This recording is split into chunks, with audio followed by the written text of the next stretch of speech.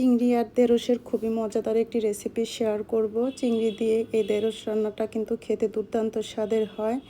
আর আমার এই নতুন নতুন রেসিপি পেতে কিন্তু আমার পেজটা অবশ্যই ফলো করবেন। ঢেঁড়স রান্নার আগে আমি একটু হলুদ আর লবণ দিয়ে একটু ভালো করে ভেজে নিই, তাতে ঢেঁড়সটা খেতে খুব ভালো লাগে। ঢেঁড়সটা ভাজা হওয়ার পর আমি উঠিয়ে নিব। আর একই পাত্রে আমি আরেকটু তেল দিয়ে দিব পেঁয়াজ কুচি।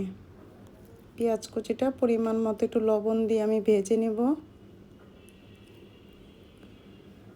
যখন একটু ভাজা হয়ে যাবে তখন আমি দিয়ে দিব গুঁড়া মশলাগুলো, হলুদের গুঁড়া, মরিচের গুঁড়া আর জিরা গুঁড়া দিয়ে মশলাগুলো একটু ভেজে নিব।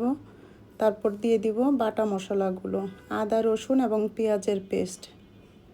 খুব ভালো করে কষিয়ে এতে দিয়ে দিব টমেটো আর কাঁচামরিচ। ঢেঁড়স আর চিংড়ি রান্নায় কিন্তু টমেটোটা ব্যবহার করলে খেতে খুবই ভালো লাগে, অন্যরকম একটা স্বাদ চলে আসে।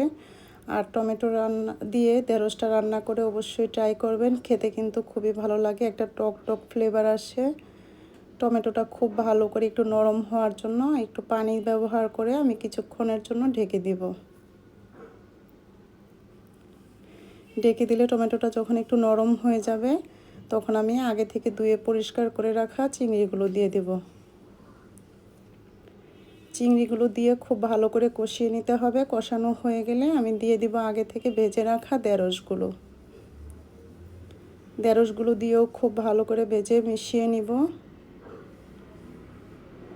ভালো করে মিশানো হয়ে গেলে আমি এখানে কিছু পানি ব্যবহার করব, যাতে তরকারিটা পুরোপুরি হয়ে যায় এবং সিদ্ধ হয়ে যায় এবং সবগুলো মশলা একসাথে খুব ভালো করে মিশে যায়।